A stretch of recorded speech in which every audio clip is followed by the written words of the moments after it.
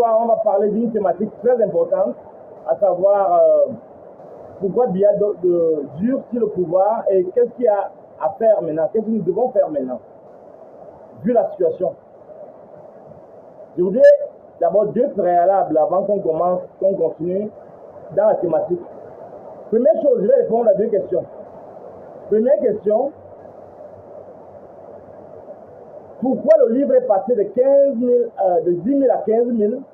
Deuxième question, beaucoup d'internautes se posent ces questions-là, beaucoup de personnes s'interrogent, et je vais répondre à cette question maintenant. Pourquoi on ne m'arrête pas? Suis-je complice des gens du RDPC? Suis-je en complicité avec le pouvoir? D'abord, je vais répondre à ces deux questions-là avant d'aborder la question de fond qui nous préoccupe ce soir. C'est-à-dire, pourquoi Biya dure sur le pouvoir et qu'est-ce que nous devons faire maintenant? Le livre que vous avez devant vous, La révolution de la pensée africaine, que vous avez là, ce livre, il a été préfacé par Hubert Monondiana. C'est un livre très important qui a 14 chapitres et qui compte 336 pages. Ça veut dire la densité de ce travail, et ce livre en lui seul vaut d'être 3 livres, parce que si on devait parler en termes de livres, donc c'est pourquoi je vous dis, lorsque l'éditeur a décidé de mettre ce livre à 15 000 francs, vraiment, comprenez que 15 000 francs pour tout le monde et pour les étudiants, c'est 10 000, étudiants et élèves, c'est 10 000.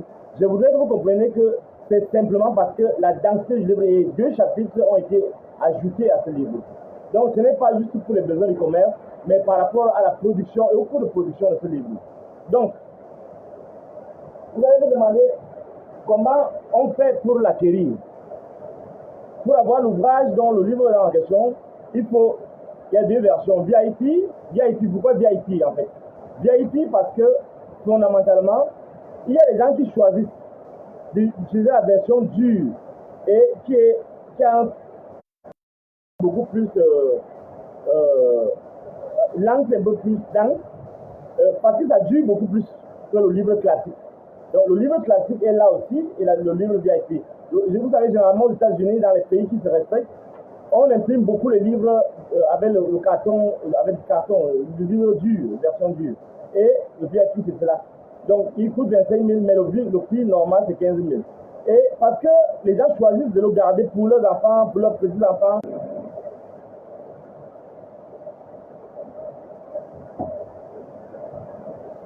Là, ça ne donne pas toujours là.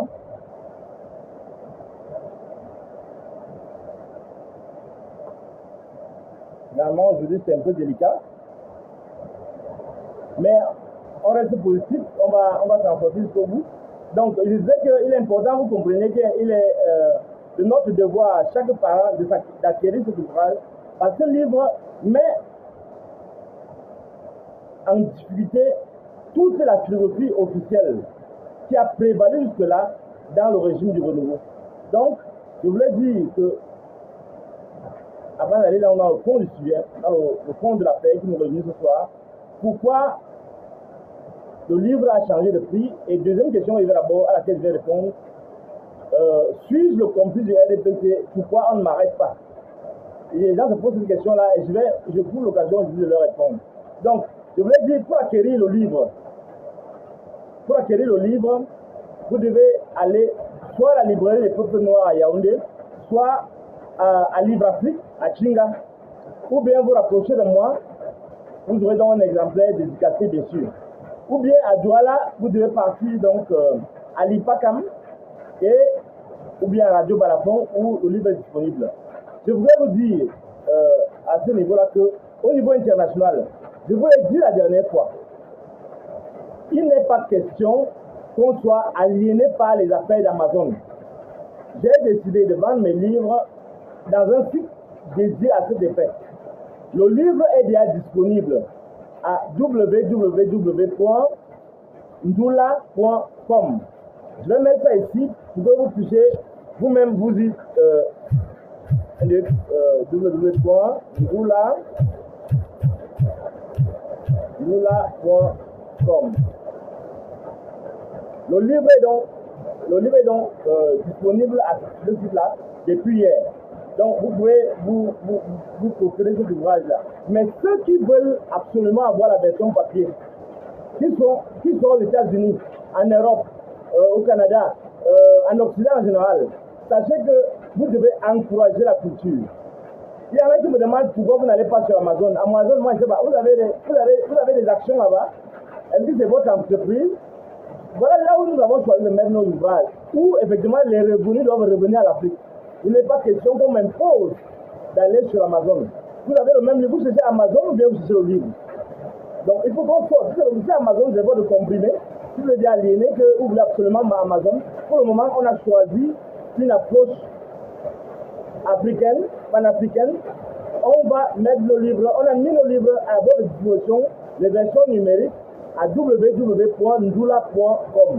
Allez-y acheter le livre en version numérique. Mais alors, si vous voulez la version hard, c'est-à-dire la version papier, vous vous rapprochez de l'auteur, vous déboursez vos 55 000, 60 000 pour l'Europe, c'est environ 105 000 pour les États-Unis. Il y en a qui achètent sans problème. Sachez que vous me demandez d'aller sur Amazon, vraiment, on ne va pas continuer dans cette dynamique-là. Bien évidemment, vous pouvez acheter n'importe quoi sur Amazon, mais nous avons choisi d'aller en version numérique, déposer nos ouvrages sur le site www.ndula.com. C'est là, c'est accessible. Donc, il faut encourager la production locale. Et tant que nous n'avons pas produit les livres, le savoir de manière locale, nous ne devons pas espérer la libération. Tant que nous ne sommes pas capables de maîtriser l'économie sur tous les plans, n'aspirez pas à la liberté. Donc, c'est important que vous reteniez cela. Pour tous ceux qui sont ici au Cameroun, partout au Cameroun, je vous demande de vous rapprocher de moi. Vous m'appelez ou bien vous m'écrivez via WhatsApp Vous m'écrivez ou bien vous m'écrivez par... vous ne comprenez pas? C'est très grave. Parce qu'il pleut justement. Alors il y a un problème alors apparemment de... On ne comprend rien. Alors il y a un problème alors. Il semblerait qu'il y ait un problème. Est-ce qu'il y a un problème? Est-ce que vous m'entendez là?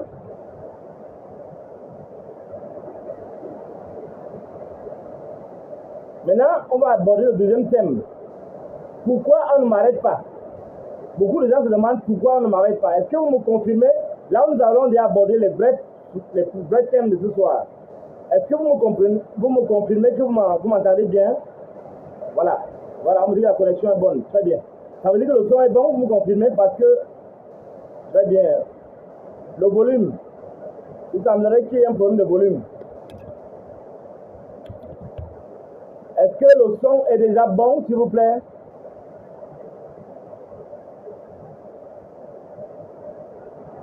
Mais on me confirme que le son est bon.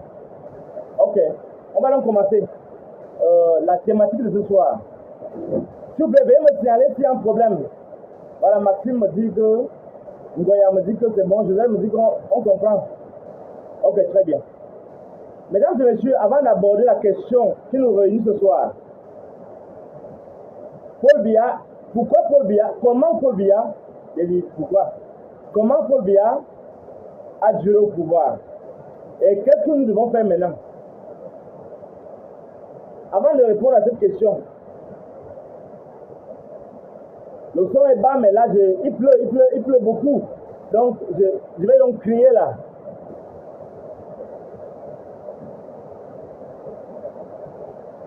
On dit que le son est bas. Le son est bas, le son est bas. Bon, là, c'est compliqué, je ne sais pas comment faire, mais il pleut beaucoup. Donc, le volume donc. Mais le volume a... Oui, on attend mieux, voilà, très bien. Bon, alors, je dois vous parler directement comme ça parce qu'il pleut beaucoup et ce n'est pas évident. Bon, beaucoup de gens se demandent pourquoi on ne m'arrête pas? Je voulais dire à ceux qui posent cette question, que je ne veux pas qualifier, que tout le monde n'est pas un poltron. Dans la vie, tout le monde n'est pas un poltron. Je voulais leur dire que moi, voilà, le bruit de la pluie, je ne peux rien, mes frères, je ne peux vraiment rien faire abondamment. Et on a coupé la lumière, donc je me bats avec les moyens du bord. Donc, je voulais dire que beaucoup de gens se demandent pourquoi on ne m'arrête pas. Il faut qu'ils comprennent très bien. Il faut qu'ils me comprennent très bien. J'ai marché sur les vipères.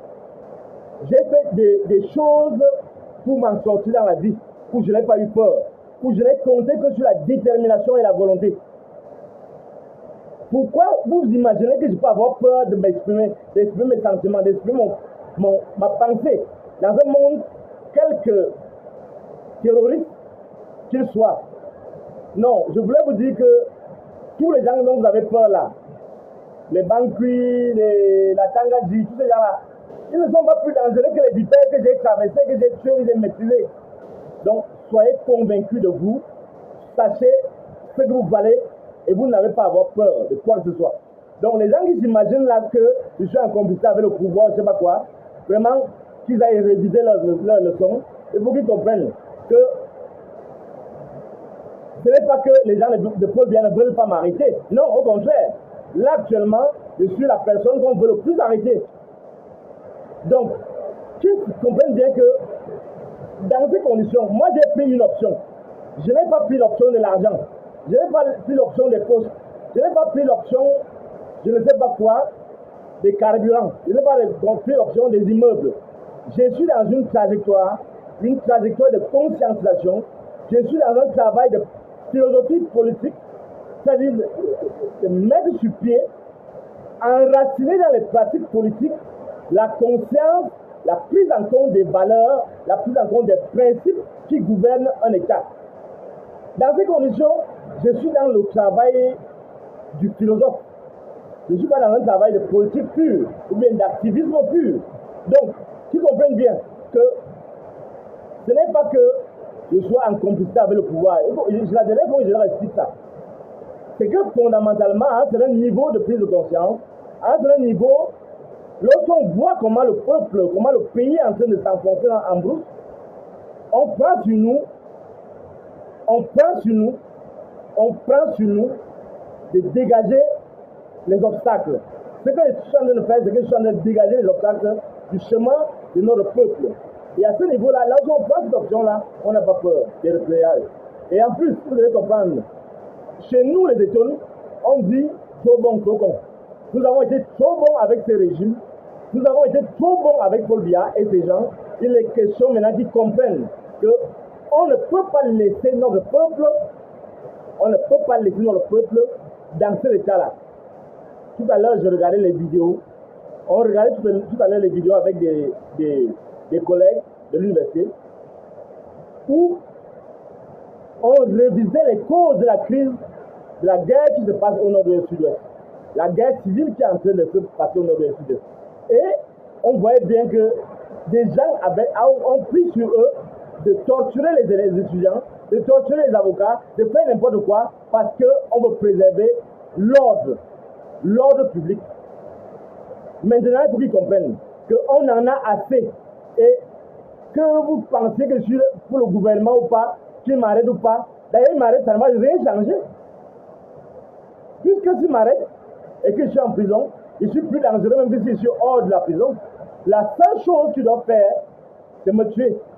L'unique option, c'est me tuer. Et s'il me tue, après, il y a quoi? Il faut qu'il réponde à cette question-là. Et s'il me tue, moi, comme vivant, je suis en vie et je suis plus perturbateur qu'avant. Donc, je veux dire aux Camerounais et à tous les Africains qui m'écoutent et à nos amis qu'ils arrêtent. On n'a plus autant à perdre. On doit se mettre au travail, on doit travailler chacun à son niveau pour que ce pays décolle. Arrêtez d'avoir peur. Moi, j'ai marché sur les vipères. Bankui n'est pas plus dangereux qu'une vipère. Paul Biya n'est pas plus dangereux qu'une vipère.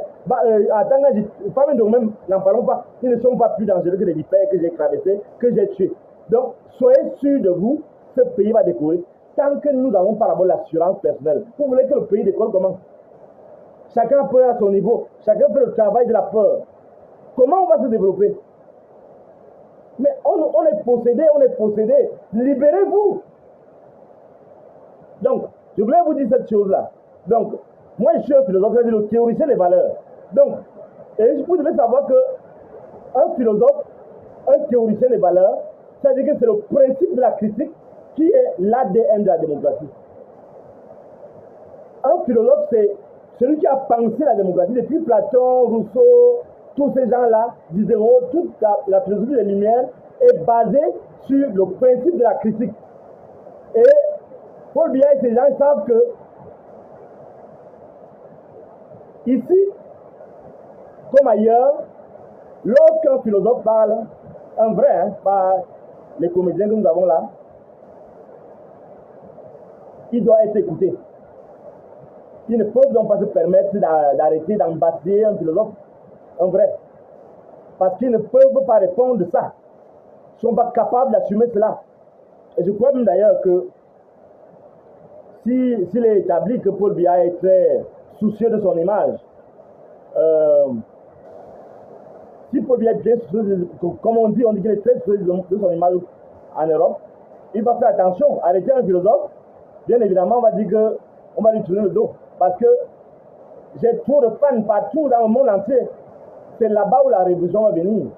Et je ne vais pas dire ce qui va se passer, parce que je vois déjà ce qui va se passer après ma mort. Après qu'ils m'ont tué, ils ne pourront pas assumer cela. Parce que les Blancs sont très crédules. Hein. Les Blancs sont très crédules. On va leur dire que mes amis qui sont là-bas à la diaspora, on va leur dire qu'on a tué un philosophe en Europe, au Cameroun. Ils ne vont pas chercher à savoir s'il était vraiment philosophe ou pas. Bon, ils vont seulement tourner le dos à Biya et ils ont la conviction qu'on a tué vraiment un philosophe, même s'ils ne sont pas sûrs, hein, parce qu'ils croient à nos contes, à nos légendes. Arrange le micro, ouais, c'est pas. Je vous assure que c'est un problème de la pluie. Il pleut énormément et ce n'est pas évident, vraiment mes excuses. Là, c'est difficile alors. C'est difficile apparemment, on ne m'écoute pas très bien. Donc, je voulais donc rassurer qu'on ne tue pas la pensée et il ne sert à rien de vous imaginer chaque fois que je suis vendu. Non, on ne se vend pas. Surtout, on ne se vend pas aux imposteurs. Voilà. Oui, bonsoir. Est-ce que vraiment vous pouvez confirmer qu'on peut maintenant attaquer notre sujet de fond, de ce soir, pourquoi Biya dure au pouvoir et qu'est-ce qu'il y a de le faire? Vous pouvez me confirmer que vous m'entendez à 100%?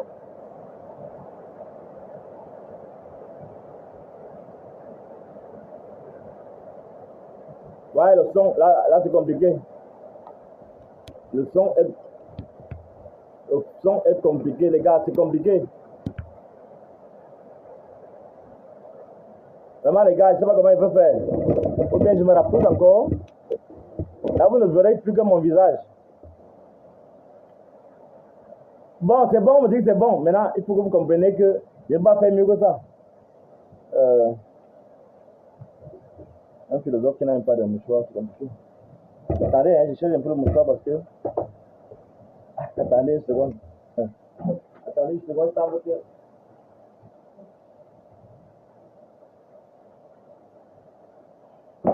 Voilà. Voilà, il semble que la pluie s'est arrêtée un peu. J'ai cherché un mouchoir, quand même, un philosophe doit avoir un mouchoir. Excusez-moi. Bon, on va commencer les vraies choses. Partager aux autres, parce que là, je vais parler de Biya et de ces gens. Et ce ne sera pas du tout agréable. Permettez-moi de m'essuyer d'abord. Je disais donc que les gens du pouvoir actuellement sont dans un dilemme. Est-ce qu'on m'arrête? Est-ce qu'on me tue? Ils réfléchissent encore. En attendant, on profite pour faire passer l'évangile du discernement. Voilà, c'est l'essentiel de m'entendre. Donc, le dilemme des gens du pouvoir actuellement, c'est est-ce qu'on me tue ou bien on m'arrête? Ils sont en train de réfléchir. En attendant, nous, on va avancer d'abord. Parce que le plus important, ce n'est pas être vivant ou bien être mort. Lorsqu'on a des convictions intimes, qu'on peut... Lorsqu'on a des convictions comme nous en avons, on n'a plus peur de ces petits trucs-là. La mort, c'est des petits trucs qu'on ne gère plus. Donc, vraiment, il faut comprendre ça. Donc, arrêtez de me poser la question, tu es vendu ou pas. Non, moi, un philosophe ne se vend pas. Donc, je voulais aborder cette question de fond maintenant. Pourquoi Biya reste-t-il aussi longtemps au pouvoir? Il avait dit, ne dure pas au pouvoir qui veut, mais dure qui peut. C'était en 2015, lors de la visite d'un président français. Je voudrais qu'on aborde cette question-là et qu'on se pose la question, qu'on se pose cette question finalement, qu'est-ce qui fondamentalement pose problème? Pourquoi nous sommes comme ça? Pourquoi nous sommes dans cette situation? Je voudrais que vous compreniez quelque chose de très important. Le pouvoir actuel au Cameroun, se pérennise par 3 ou 4 choses que je vais citer. Et vous devez en prendre conscience. Et c'est à partir de là qu'on va donc maintenant défricher un nouvel horizon pour notre avenir. Première chose que ce gouvernement, à partir duquel ce gouvernement s'est perpétué, c'est le clientélisme, la corruption et un gouvernement par la tribu, une gouvernance tribale. C'est un élément très important. Et cette gouvernance tribale a eu un élément important, c'est le critère de la longévité. Vous allez voir les gens comme tous les hauts responsables qui ont pris le pouvoir en même temps que Paul Biya, qui ont été soit ses fidèles, soit les gens les gens à l'esprit très partisan, tous ont duré au pouvoir. Je vais citer quelques exemples. On voit Djangom Kaba Yege Djibril, René Claude Meka, Adol Moudiki. Tous ces gens ont duré au pouvoir parce que c'est dans l'ADN justement du renouveau. Donc la question du clientélisme, de la corruption, de la gouvernance tribale avec le critère de la longévité pour pérenniser les acquis, pour compromettre aussi les acteurs. Parce qu'au fur et à mesure qu'on s'engage sur un terrain bien défini, on met sur pied des chaînes qui vont maintenir captif le peuple. Donc c'est le premier critère.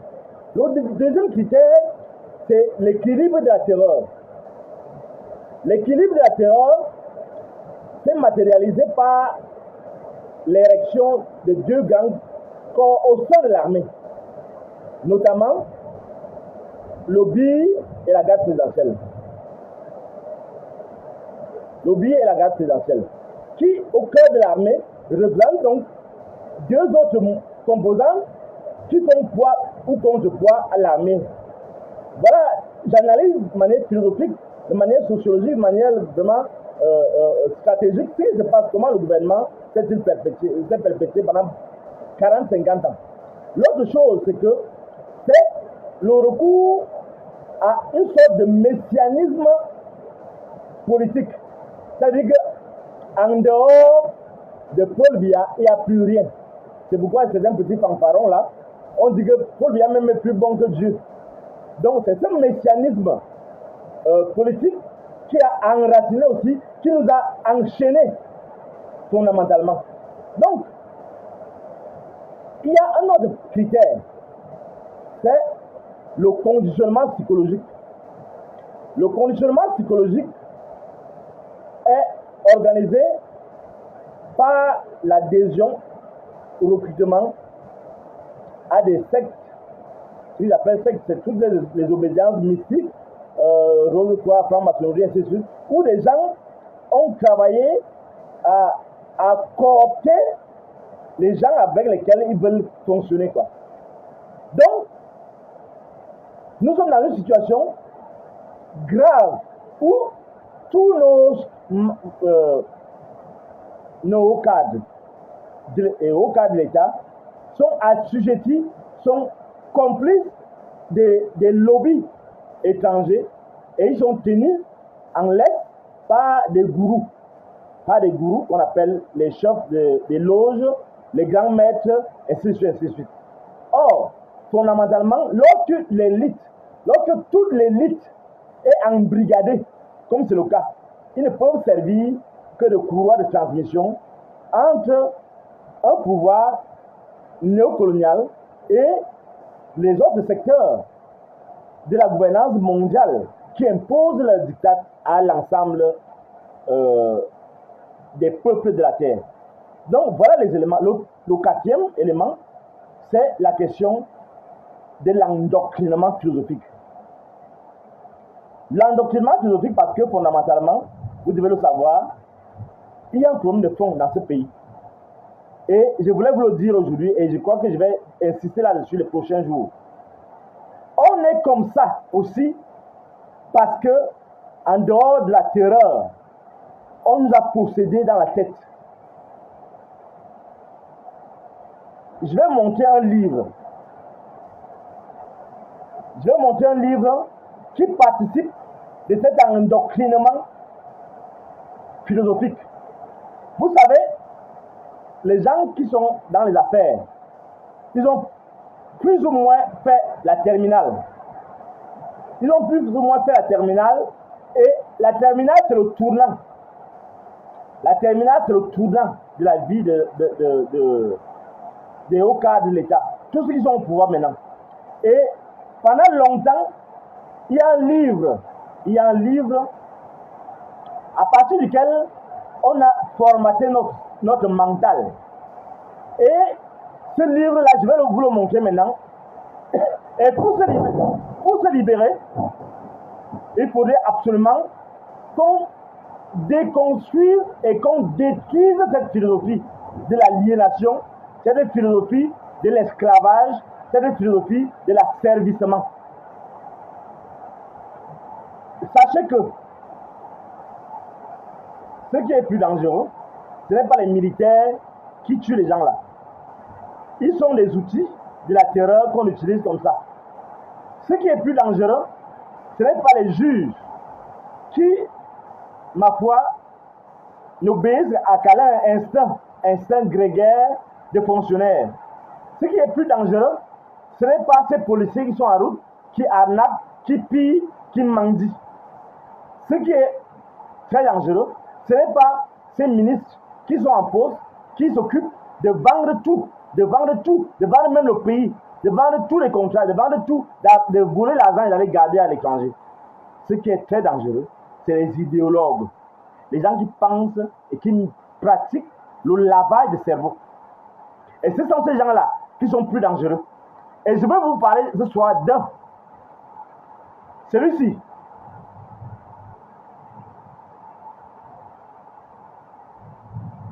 Celui-ci, c'est un grand doctrinaire. Ce type est enseigné, le livre-ci, de la médiocrité à l'excellence. Ce livre-ci est enseigné depuis 1989 dans les classes de terminale. Je voulais vous dire aujourd'hui que ce livre de la médiocrité à l'excellence et Ebenezer Njomwele, c'est la Bible de l'aliénation philosophique. C'est la vraie sorcellerie de la philosophie. C'est le vrai ensorcellement de la philosophie. Je voulais vous le dire ce soir. C'est la pire arnaque qui existe. Ça, c'est la pire arnaque. Et Ebenezer Njomwele de la médiocrité à l'excellence. C'est une arnaque philosophique grave. Je vous le dis ce soir. Pourquoi Paul Biya se pérennise au pouvoir? Ça, c'est un élément très important à partir duquel on vous a assujetti. On vous a eu. On nous a eu. Parce que ce livre est très dangereux pour le cerveau. Ce livre est très dangereux pour l'intelligence. Et je voudrais que vous compreniez ça très bien. Je vous dis, connectez-vous parce que je vais dire des choses ici. Voici le livre à partir duquel on nous a eu. On me dit qu'il faut que je retourne. Je ne sais pas si c'est comme ça que vous allez voir ça. Est-ce que vous lisez? Je veux que quelqu'un lise le livre et le titre. Vous êtes sûr que vous avez compris que nous sommes tous sur la même page.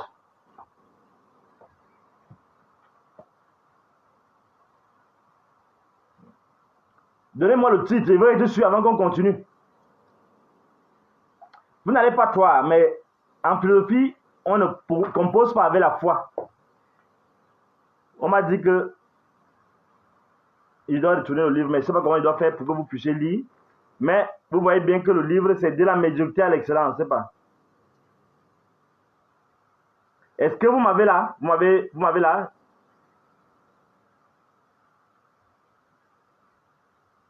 De la médiocrité à l'excellence. Vous avez tous vu le livre? Retournez comment alors? Je vais encore retourner comment?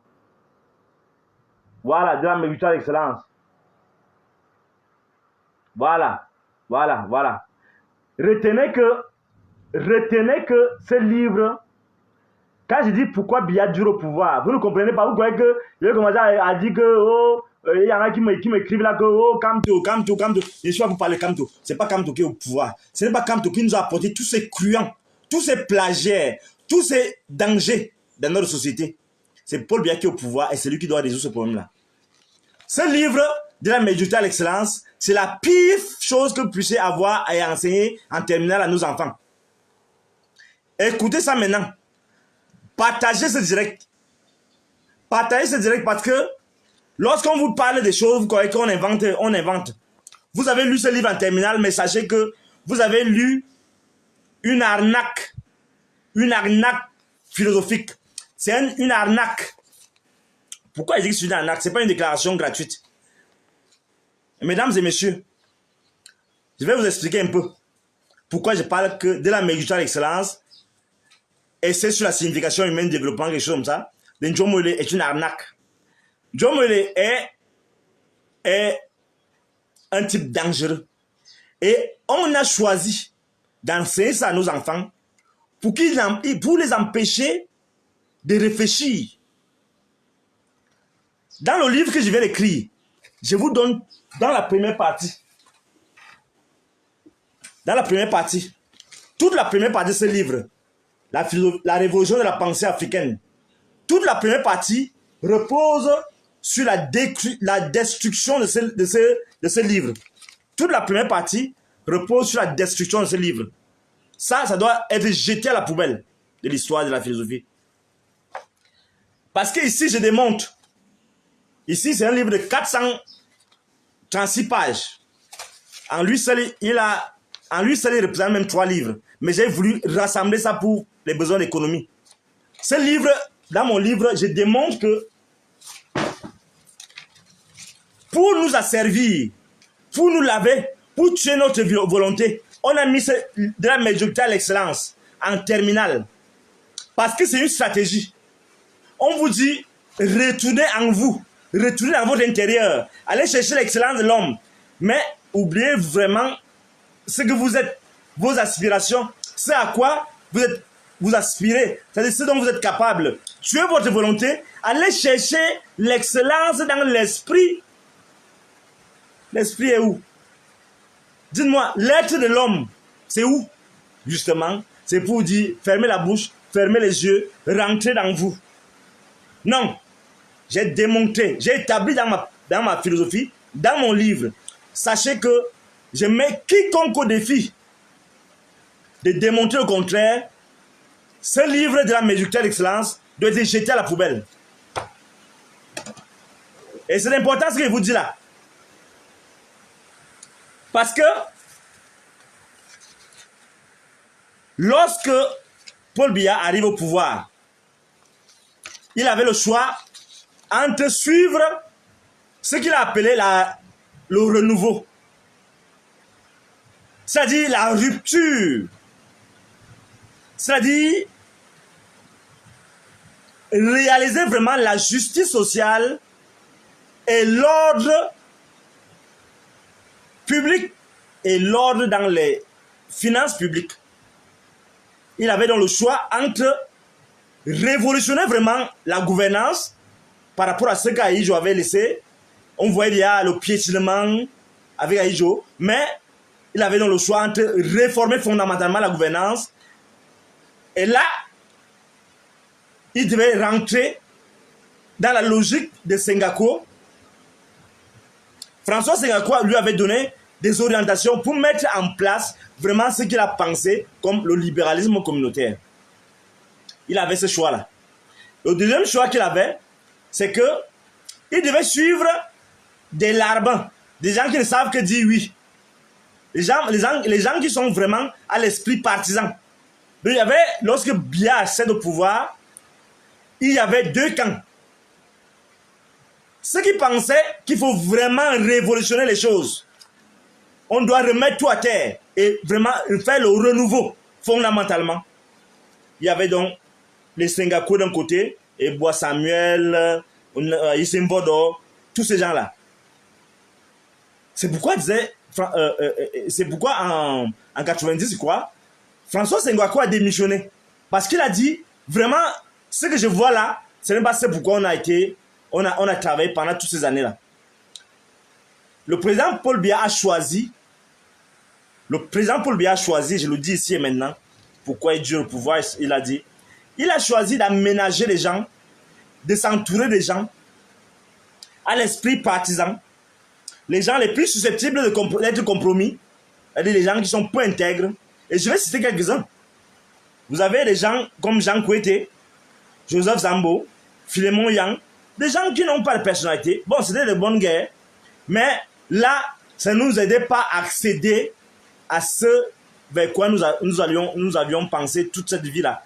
Lorsque les gens se levaient en 82 pour acclamer Paul Biya, ce n'était pas pour entrer dans ce genre de choses. Alors, il a choisi d'écouter des gens comme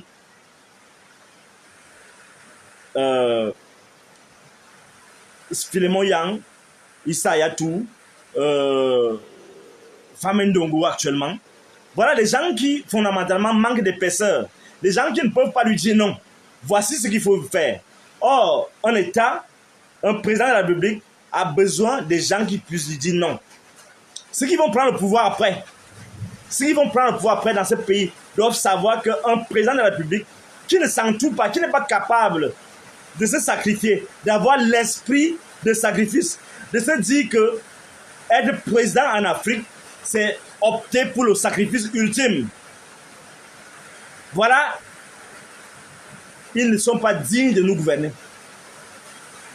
Alors, choisir la compagnie des gens comme Jean Kouété, Philémon Yang, Joseph Zambo, Sadou Ayatou, des gens qui ne peuvent rien dire de négatif, qui ne peuvent rien dire dialectiquement, on ne peut pas espérer qu'on puisse réaliser quelque chose. C'est des gens donc qui ont travaillé à endormir la conscience nationale. Parce que c'est ça la question. Pourquoi nous sommes arrivés à ce niveau-là? Les gens ont passé le temps à endormir les gens. Ce que Famendo fait à l'université, c'est un crime. Parce que l'université, c'est-à-dire la source du développement, est entre les mains des imposteurs. D'ailleurs, je vais me le dire ici. Je préfère encore qui là. Je préfère quelqu'un comme Aurélien Soso. Il est méchant, on sait, tout le monde sait qu'il est méchant. Mais au moins il n'est pas tribaliste, il est quand même compétent. Mais on met à la tête des universités des gens comme Famendongo. On met à la tête des structures comme la CEMIL, des gens comme Bankui, qui osent en prendre à un penseur. Et on s'attend à ce que le pays avance. C'est-à-dire celui qui est en charge du moral des troupes, du moral de nos troupes, c'est-à-dire de la sérénité dans l'armée. On choisit de mettre quelqu'un comme ça. Nous sommes dans la même situation que dans la guerre à Bakassi. Lorsqu'on voit tout ce qui se passe, j'ai regardé encore les vidéos tout à l'heure qu'on m'a envoyé, de la sophistication, c'est-à-dire que de la professionnalisation des techniques auprès des ambazoniens, des combattants indépendantistes du Southern Cameroon. Ils sont en train de peaufiner, ils sont en train d'affiner leurs armes. Et on voit les enfants de la République en train de se déchirer. Et aux yeux sous la barbe du président de la République, qui ne dit mot, qui ne se déplace pas. Parce que justement, il a écouté les conseillers à la sécurité comme à Tanganji. Tanganji lui a dit qu'il faut qu'on élimine ses propres frères. Nous sommes maintenant en pleine guerre. On n'a plus de solution. Je voyais les gens. Je voyais pourtant les gens depuis 2016.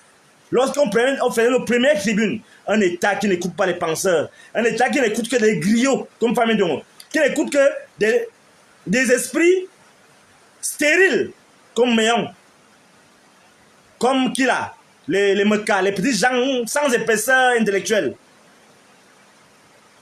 Je ne veux pas citer les autres qui m'ont déjà demandé pardon. Je ne veux pas, parce que c'est déjà fini. Vous voulez qu'on arrive où avec ça? Nous voulons comprendre pourquoi on dit qu'on dure au pouvoir alors que le pays est totalement déchiré. Je voulais donc vous dire ce soir que voilà, c'est parce qu'il s'est entouré de gens qui ont décidé de nous faire la peau, nous le peuple. Alors, les moins radicaux, les gens aux esprits partisans tribaux, les tribalistes, les gens à l'esprit qui s'attendent à être compromis, voilà les gens qu'il a mis. Alors, quelle est l'ambition du président de la République aujourd'hui? Je ne parle pas de grandes ambitions. Quelle est son ambition véritablement? Il faut se poser cette question. Je parle d'ambition simplement. C'est-à-dire au sens où Ojula disait qu'il manquait d'ambition. Mais je suis sûr que quand on devient président, on a de l'ambition. Quelle est l'ambition du président de la République? Est-ce seulement durer au pouvoir parce qu'il le peut? Ou bien il faut qu'il change les choses véritablement? C'est la question qu'on doit se poser. On ne doit pas avoir peur de se poser cette question-là en tant que théoricien, en tant que citoyen républicain. On dit de lui qu'il est très posé. Il est très posé. D'ailleurs, Amadou Aïe, je pensais qu'il est très posé. Pourquoi quelqu'un peut être si posé et accepter le bruit des armes, le bruit des bottes, le bruit des mitraillettes dans toute la République sans dire mot? C'est les questions qu'on doit se poser. Pourquoi laisse-t-il autant de bruit? Pourquoi manque-t-il autant de poignes? Pourquoi manque-t-il autant de poignes au point de laisser des pans entiers de notre économie, de notre politique, de notre société, de notre culture à des truands? Est-ce simplement parce qu'il veut durer au pouvoir? Nous, chez nous les Étoiles, les amis fidèles, on se pose cette question véritablement. Pourquoi il laisse la République être le paillasson des imposteurs?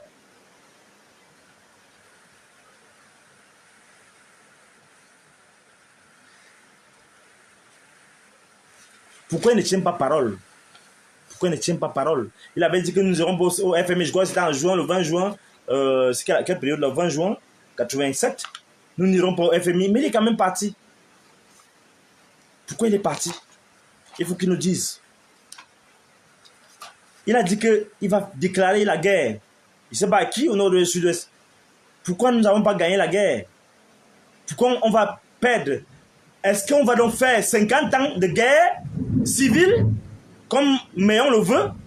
Et vous voulez que je me taise? Et que vous voulez que j'aie peur de dire cela? Qu'on ne l'a pas élu pour ça. On n'a pas élu Paul Biya. Si on l'a élu, il faut encore vérifier. Parce que nous sommes combien? Nous sommes presque... Nous sommes 25 000 personnes, 25 millions de personnes, peut-être même plus, peut-être 30 millions de personnes, 25 millions, je ne sais pas. Peut-être avec 15 millions d'électeurs potentiels et se trouve à être élu avec 2 millions, 3 millions, je ne sais pas combien. Est-ce véritablement cela, être un président de la République? On va me dire que non, dans les autres pays, on a ce genre de situation-là, de décrochage électoral, ainsi de suite. Mais fondamentalement, est-ce que c'est cela qu'on attend de lui? Est-ce qu'il doit seulement travailler à sécuriser son pouvoir? On se pose cette question-là. Est-ce qu'on va donc faire 50 ans de guerre? Est-ce qu'on va se limiter donc au clientélisme? Parce que, je le répète, il a duré au pouvoir, justement, on sait comment il a duré au pouvoir. Par ce clientélisme, cette corruption-là, cette longévité qui est adossée sur un ordonnancement tribal de la responsabilisation au pouvoir, dans les fonctions cruciales. Ce conditionnement psychologique, cet équilibre de la terreur entre les composants de l'armée, ce messianisme politique, surtout cet endoctrinement philosophique que nous avons décrié tout à l'heure et sur lequel nous allons revenir tout à l'heure.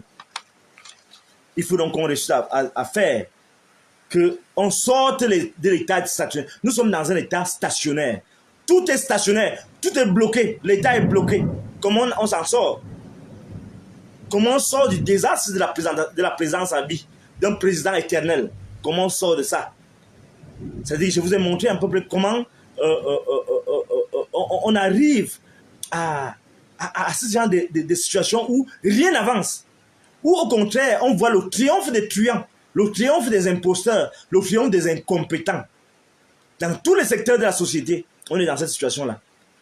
Comment s'en sortir? Oui, deux solutions, je vous l'ai dit. La justice sociale, une justice sociale qui est adossée sur l'état de droit, justice sociale adossée sur l'état de droit et avec trois éléments. Justice sociale adossée sur l'état de droit, deuxièmement, l'industrialisation du pays, il faut industrialiser le pays.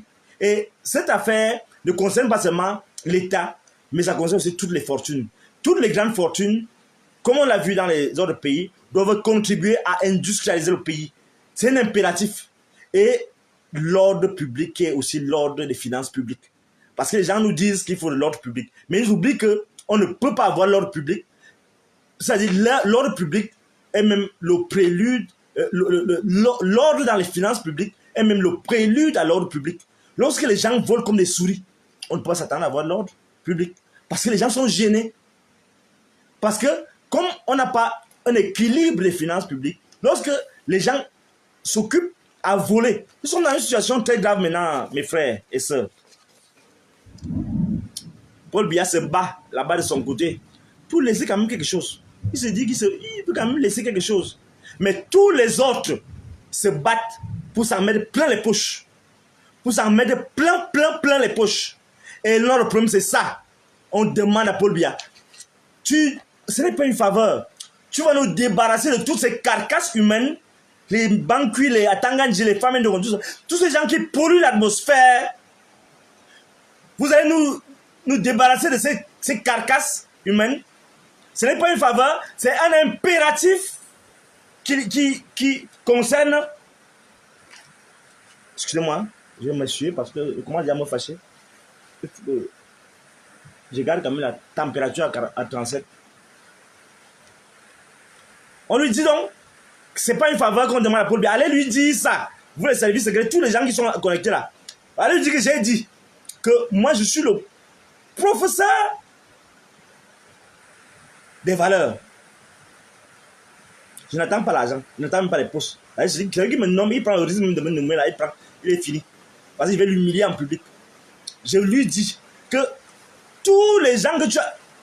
Vous aviez le choix, monsieur le président de la République, en 82, 87, 84, 86, d'opter pour la vraie rupture. Vous êtes encombré des gens à l'esprit étriqué.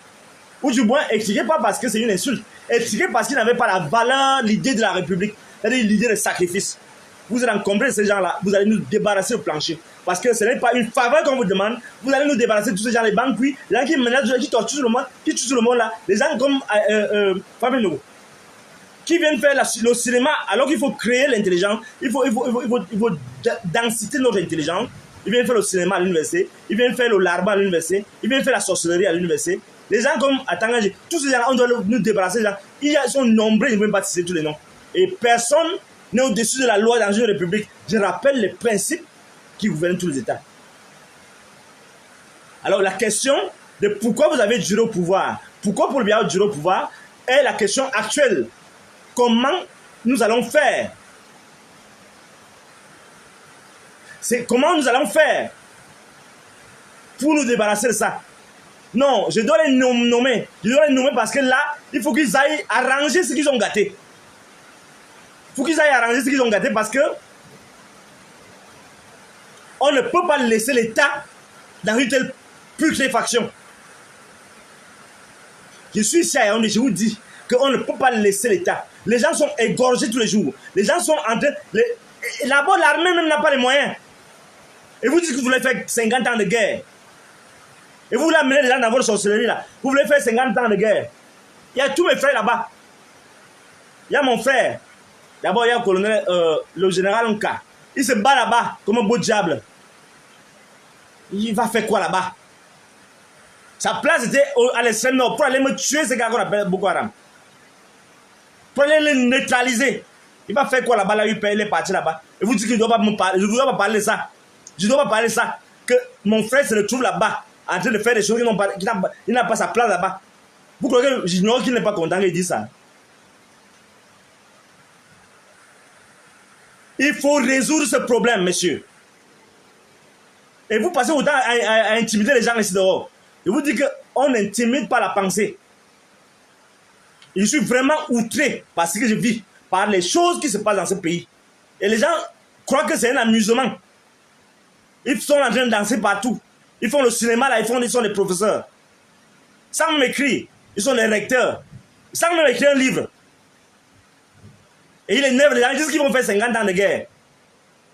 J'ai dit au président de la République, j'ai dit aux services secrets qui sont connectés là, tous les gens qui sont connectés là, qui connaissent pour le bien, qui te connaissent où il habite, parce qu'il est où parler là-bas, ils savent. Moi je suis ici à étudier, tout le monde sait où j'habite. J'ai dit, allez lui dire, qu'on lui dit de nous débarrasser de ces gens-là. J'ai dit ça ce soir. Qu'on ne veut même pas savoir pourquoi il a duré, comment il a duré. On dit, ben, comment il va sortir?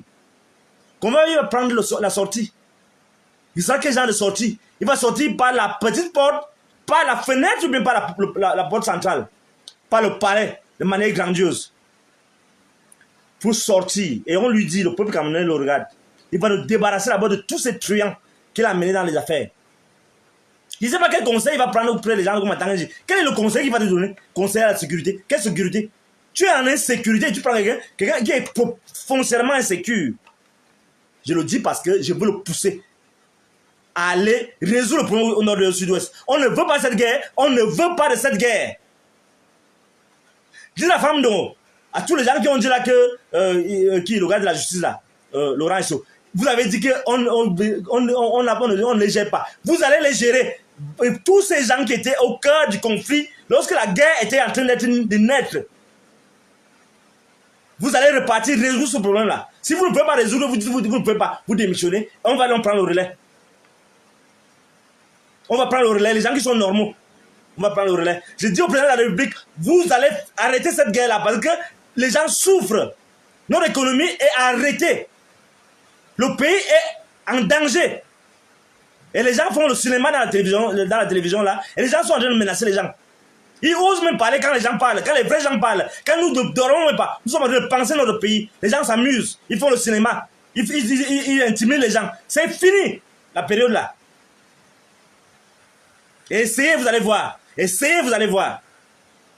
Vous allez comprendre le pays est en danger.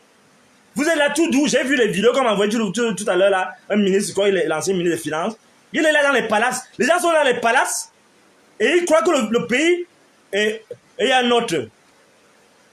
Il est un demi-ministre là. Il est à la justice. Momo.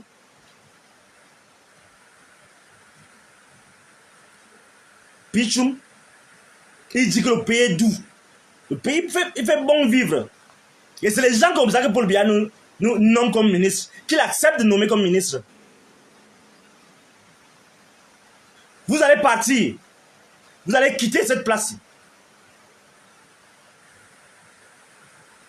Vous allez quitter notre cité. Parce que trop, c'est trop. Les gens du nord et du sud-ouest ont choisi d'être des Camerounais.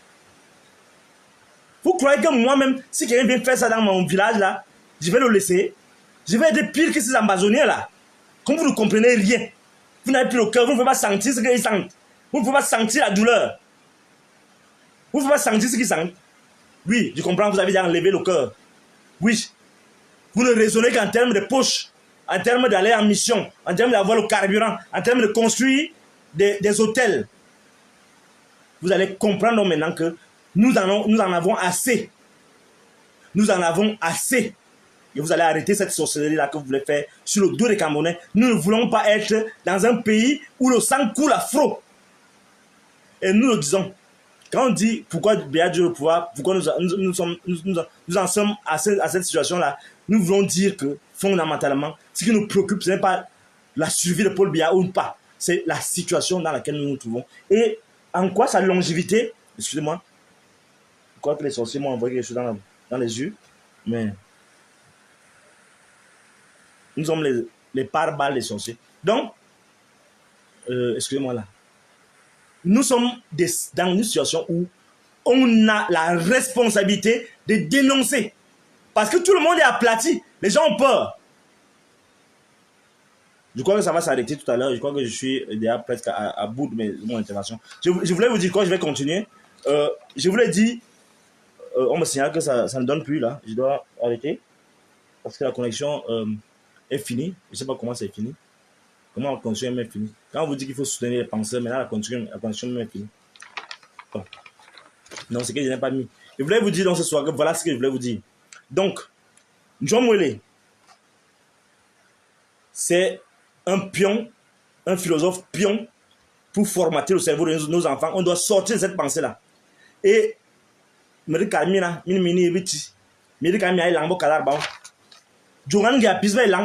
je vais là parler à mes gens là. Parce que comme ils ne comprennent pas, je vais leur parler dans la langue. Joran Gapibe lang, Gapibe Fikalaron, en 436 pages. Mibokus, Gapibe Kus, Bejam, Mijam. Parce que Moussa première, Moussa terminale, avec les langues Kalaron. Moussa. Donc Mibokus, Milirambus, et bon, zing midi comme dans un nam. Zing, Habenam. Satan midi comme midi quand midi lumnema, Abouya bon midi lumnema. Ben bon na, Abouya wata loi lumnema.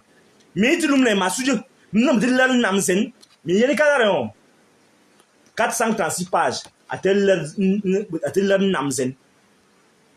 Révolution de la pensée africaine est là, l'ouema chen, philosophie m'a chen, mon nom jamais la quadro, il y a un maom, à quadro, à préface, mais beaucoup pour mon sac bon africain, pour moi la première à terminale, pour y caron, et ce n'a pas vous faveur, parce qu'il y a bon.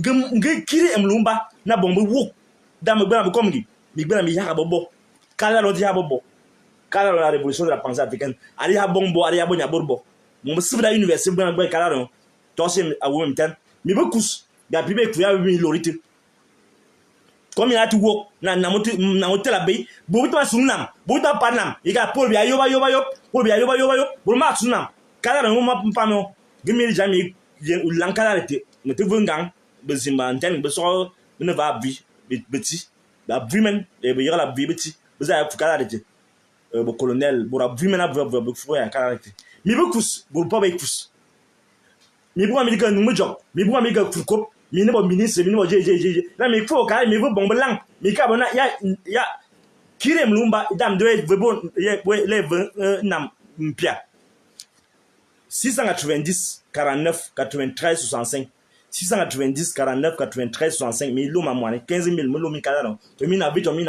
mi tilma à WhatsApp numéro te geki na mi tilma 691 08 91 691 08 89 mi mi l'homme calado murusu agbana lan calado musa nana terminal et ni na université anya université atin yabo na yenam no tuzu. Je vais revenir à vous, nous tous. Ce livre montre beaucoup de choses. Ce livre marque la rupture. Ce livre, et c'est Monon Djana qui le dit, parce que Monon Djana, pour le moment, c'est le patron de la philosophie, au sens vraiment, je dirais, cosmique, c'est-à-dire au sens kantien du terme. C'est l'un des patrons de la philosophie, du moins, je dirais, le patron en vie de la philosophie. C'est lui qui a fait la préface de ce livre. Ce livre ouvre l'esprit des enfants à sortir de l'aliénation. L'aliénation que John Wesley, dans laquelle John Wesley nous a plongé. Non, il démonte toute la philosophie de John Wesley. Il la jette dans la poubelle et il refonde la philosophie fondamentalement. C'est pourquoi le premier chapitre, la première partie, justement, porte sur, et je vais vous le dire, première partie donc, la mystique de l'excellence, c'est-à-dire là où je critique toute la philosophie de John Wesley. La deuxième partie porte donc sur La belle âme et les tragédies humaines. Et je vous ai montré les éléments qui vont avec. Troisième partie, du discernement. C'est là où j'établis donc les principes du discernement. Les principes du discernement. Et cette philosophie sera approfondie dans mes prochains livres. Ce livre, tous les enfants de première et de terminale doivent l'avoir lu. Tous les étudiants qui sont à l'université, quand on dit pensée africaine, ce n'est pas seulement la philosophie proprement dite, c'est la pensée, comment on s'ouvre au monde extérieur, comment on s'ouvre, on ouvre le cerveau, comment on carbure le cerveau pour être compétitif demain. Donc, je demande à tous les parents, non seulement de donner ce livre à leurs enfants, de la première jusqu'en terminale, et à l'université, aussi eux-mêmes de lire pour sortir de l'aliénation. Sachez que lorsque vous lisez, vous réoxygénez votre cerveau et vous demeurez jeune. Lire n'est pas une faveur, c'est un impératif de santé publique. Lorsque vous lisez, vous devenez plus compétitif, même au niveau du raisonnement, et vous devenez neuf. Vous gardez votre jeunesse. Donc, j'ai dit au départ, comment avoir le livre? Vous m'écrivez par WhatsApp, vous faites votre dépôt. 690 11 08 89, 690 11, non, 690 49 93 65, 690 49 93 65, ou bien 680 11 08 89, 680 11 08 89. Donc, ceux qui sont à l'étranger, j'ai dit qu'il faut contribuer à promouvoir la science au plan local. Vous devez, si vous voulez la version numérique, commander sur www.ndula.com ou bien me faire un transfert ou bien un dépôt, si vous êtes en Europe, un dépôt, si vous êtes en Europe, de 55 000 environ, pour avoir une version VIP en bord de 10 formes. Si vous êtes aux États-Unis, c'est à peu près 60 000 environ. Donc, beaucoup le font, je vous en remercie. Sachez que cet ouvrage marque un tournant dans la pensée de la philosophie, dans la production scientifique dans notre pays et dans le continent africain. Donc, je vous remercie de votre écoute et j'attends vivement que nous puissions nous retrouver la prochaine fois pour la suite. Merci beaucoup de m'avoir écouté et à très bientôt.